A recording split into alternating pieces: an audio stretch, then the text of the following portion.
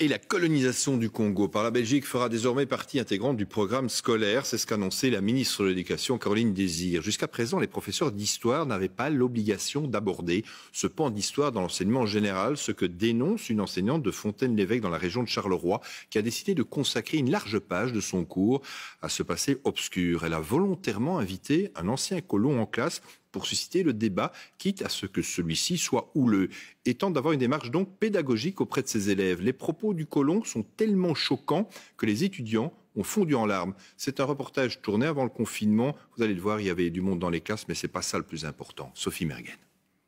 Colonisation, esclaves, histoire, caoutchouc, Léopold II, richesse. Horreur, mémoire, horreur, mémoire, horreur, mémoire. On ne dirait pas, mais nous sommes bien en cours d'histoire. De la danse, des mots, pour symboliser ce qu'ont vécu les Congolais durant la colonisation. Ça nous a permis de vraiment comprendre ce qui s'est passé, les atrocités qui se sont passées. Au lieu de l'expliquer avec des mots, on l'explique en dansant. Cette école fait le pari de consacrer une large part des cours à la colonisation. Indépendance, indépendance, indépendance.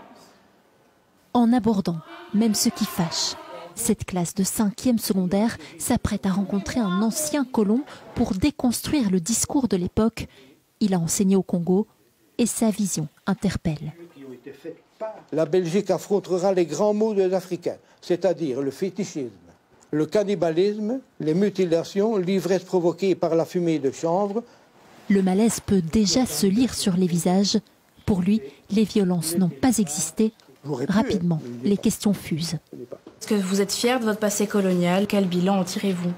Ce n'étaient pas nécessairement les Belges qui faisaient le plus de tort aux Congolais. Mais ça ne répond pas à la question de si vous êtes fier ou de si vous en avez... Mais oui, je suis fier d'être allé là-bas. Visiblement, impossible de se détacher de la vision paternaliste de l'époque. J'avais un pichi. C'est quoi un pichi? C'est un cuisinier. Il était payé ou vous l'aviez... Ah oui, bien sûr. Ah oui. Quel que soit le noir, entre guillemets, excusez-moi mademoiselle, mais c'est comme ça, quel que soit le noir qui travaillait pour un blanc, était payé. La seule élève noire de la classe a du mal à contenir ses larmes. Elle préfère garder l'anonymat, mais sanglote en silence, réconfortée par sa prof. Le pire arrive quand un élève demande si l'indépendance était une bonne chose. Non. Trop tôt. J'ai connu un gars qui a été mangé par les nègres. Mangé. Après l'indépendance.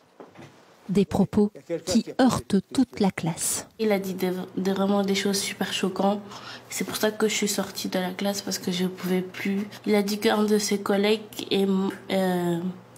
a été mangé par des nègres. Voilà. Et ça te touche? Énormément. C'est horrible. C'est horrible. Cette émotion traduit combien il est délicat de faire face à ce passé colonial. Vous comprenez que certains de vos propos ont pu choquer? Je ne vois pas pourquoi je les aurais choqués.